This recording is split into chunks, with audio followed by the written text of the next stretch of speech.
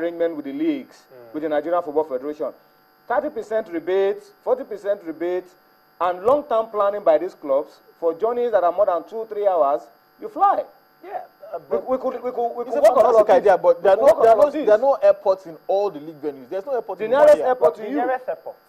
The nearest airport. I mean, there are airports around major cities in Nigeria. So the nearest airport to you. The nearest Look at airport. Sunshine. They were going to be playing Taraba in Jalingo. They flew, I think, to Kano and then drove to. So whenever the journey is more than 2-3 hours, look for the nearest airport. And it's all about planning. And you have 19 games away from home in a season. Okay, so it's all about maybe planning. 10 of them are going to be in this. Are going to be at places very far. At least over 1,000 kilometers from where you are. So make arrangements and get this done. It's a lot cheaper at the end of the day. I think that's basically it. And of course, the relevant authorities, I'm talking the league management company, I'm talking the Nigerian Football Federation, even the sports ministry should all key into this as well. Because if it happened to Kano Pillar early in the season, and of course, they were casualties about 2-3 players because those ones were short. Exactly. Those ones were short. These ones were not short, but exactly. It could be worse. It could be worse. So if we can get something like this, like some sort of partnership with the airline companies, because he was saying something about getting to Umuahia, sleeping at Enugu, you can as well get to Enugu via air. Of course, get to Port Harcourt. Port Harcourt is very close to Umuahia as well. As an international airport. In fact, it's even nearer from Port Harcourt to Umuahia than Enugu to Umuahia. So this is something that, of course, we are praising the fact that the league has been is awesome this season, and of course we pray that it continue to be like this. But then let's give it a plan. I'm talking shortest possible time. We're not talking long-term plan. Shortest possible plan. Try as much as possible to get talk to these airlines. Let there be a partnership. And I agree. I think the airlines are not exploring the potentials of what they can get. I mean, there are 20 Premier League clubs. Each one plays 19 games away from home. They could travel with 18 players and maybe 7 officials.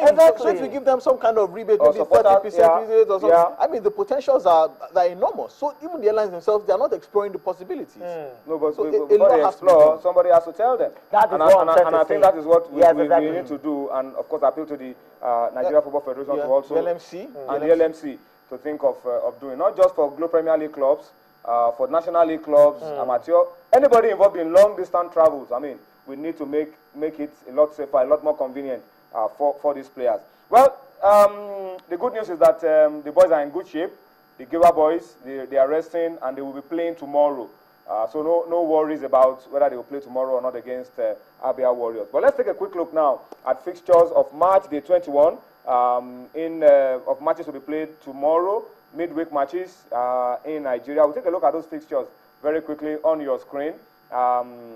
Massive encounters. Nasarawa United are going to be up against El Kanemi. That game will be played in Lafia. They are back to Lafia now. That's where the game will be played. Lafia Stadium, Township Stadium, have they passed the test of the LMC? LMC have given a provisional clearance for another 4 weeks, so maybe it's good enough to play another 4 weeks. Okay. And then we have Pillars against Atlant. That's a big game in Kano tomorrow. Big. Massive encounter. Remember, Pillars were on their way to Atlant on March day 1 when they got robbed, and it was a terrible accident. Some of the players have not recovered up till now. And then you have Warriors against Ifeanyi Uba. That's a big game as well. That will be taking place in Warri. Rangers against FC Taraba in Enugu. Uyo will be hosting Aqua United and Enyimba. That's the next of champions. Yeah, that should be a good match. Big match that will be. Lobby Stars are hosting Bayelsa United. Abia Warriors against Giwa. We spoke about that not long ago. Kwara United are hosting Dolphins. That's a good game in Ilorin. 3SC tomorrow against Wicked Tourists. The last 3 home games of 3SC, they've had over 10,000 fans, and I'm sure it's not going to be any different tomorrow. And then you have Sunshine against Sharks of Port Harcourt. Interesting, this one, and we're told that this one will be played on Thursday. Sunshine had mechanical problem on the road, another kind of problem, mechanical problem with their car, and they got delayed with their boss. Sunshine or Sharks? Sunshine.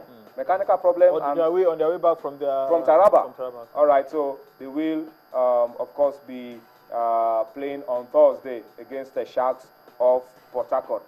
Still talking about the league, the story of Emeka Nwana. Remember him?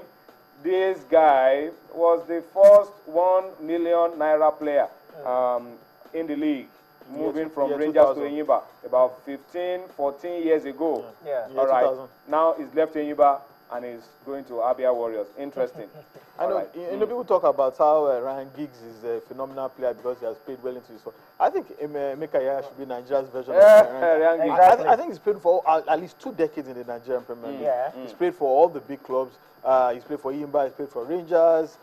He's a champion. Sorry, he's a CAF Champions League winner, Confederations Cup winner, league title winner. He's won everything in that has been won on the African continent. I'm just surprised that he's moving to Abia Warriors because the last time I spoke to him at the Federation Cup final, that was 2 years ago. He did say that in the twilight of his career, he's looking for one last payday, possibly in Asia, because he knows that Europe might be a bridge too far. But I'm guessing that maybe your Abia Warriors have made him an offer too good to refuse. Okay, we wish him the best. We wish him the best. Emeka Nwana, we call him a Yaya. We hope he makes that big final payday with Abia Warriors. All right, yesterday we couldn't talk too much about the Nigerian National League, but today let's just run through for you results from the Nigerian National League. It's an exciting league as well to follow, and I hope that Nigerians will also begin to generate interest and develop interest in the Nigerian National League. Let's start from Group A1. Adamawa United beat Kaduna United 2-1. Supreme Court bouncing back to winning ways with a 2-0 win over Jigawa.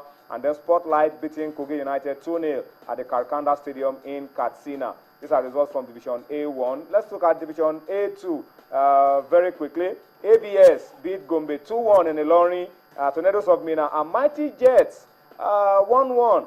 Interesting. And then Sokoto United readmitted to the league, also picking up points, 1-0 win over FRSC. These are the results from Group A2 of the Nigeria National League games played over the weekend. B1, Abia Comets, 2-1 over Crown. Ikorodu United, 1-0 over Remo Stars at the Onikon Stadium in Lagos. Ekiti United, 1-0 over Prime. And then, surprise, surprise, away win for Go Round. They beat Bosdor 1-2 away from home. All right. Go round, came round. Go round, coming round. That's it. That's a good one. And then the final one, B2, Aqua Stars 2-1 over Nembe. Insurance of Benin, truly at home, Hamad Atiba United 3-1. MFM, we saw this game at the Agege Stadium. Beautiful game of football. 4-0, all goes in the first 30 minutes over Gateway. And then Julius Atete slowing down First Bank 1-0. All right, so these are the results from the Nigeria National League. Today, very quickly. Group B2 actually particularly interests me because of the form of First Bank and MFM, which means we might just see Nigerian Premier League football returning back to Lagos for the first time in almost 10 years. And I think for me, the game of the weekend, is First Bank against MFM this Saturday. Wow. At the Agege Stadium. I don't want to miss that one. That's going to be a big game in Lagos. Agege Stadium on Saturday. First Bank hosting MFM. When they played in the first round, ended 2-2. All right, so you can imagine what will happen. That. You might just be seeing one of these teams in the Nigerian Premier League next season. All right. Okay. The Nigeria Women League, okay, we are having fixtures on your screen. I think that's a mix-up. We're supposed to be giving you results. But then the story around the Women League over the weekend was that we had a lot of walkovers. Pelican Stars were walked over by Rivers Angels. Robo FC were walked over. I mean, a lot of walkovers. And I think we spent a lot of time on the show yesterday to talk about it. So let's not overflog it. We hope that the NFF will do something for the Women's League.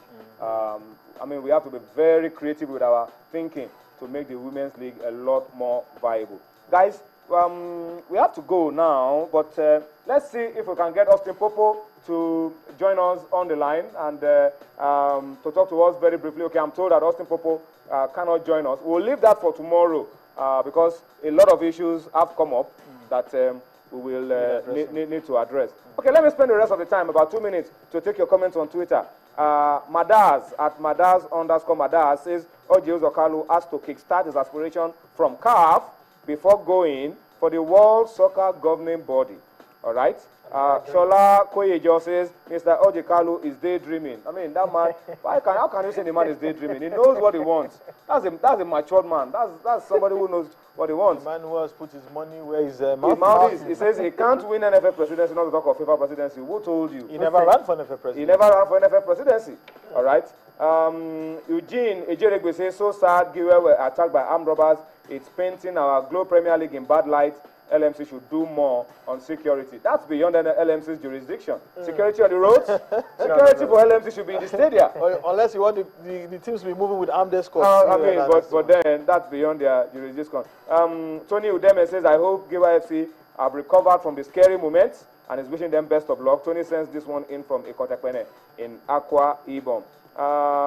Daletin Amadi says, we are waiting for the NFF's unreserved apology over the ouster of the Falcons from the Olympic Games qualifier.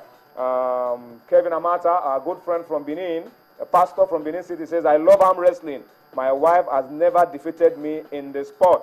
Yet. Hope to represent Nigeria one day in arm wrestling. Guys, I don't know what to say about that. Do more arm wrestling. I know this guy will be very good. He has big biceps. Yeah, he has Tunde's been carrying a lot of weight, so somebody like me will probably fall under Tunde's anointing. Wow. Okay. It's not my We have to close the show on that note and say thank you to you for watching. We'll see you again tomorrow. Guys, thank you for your time on the show as well. I'm sure I'll see you tomorrow again, Tunde. Most definitely. For Cosmos, we'll see you again next week. Thank you for watching. Bye-bye now.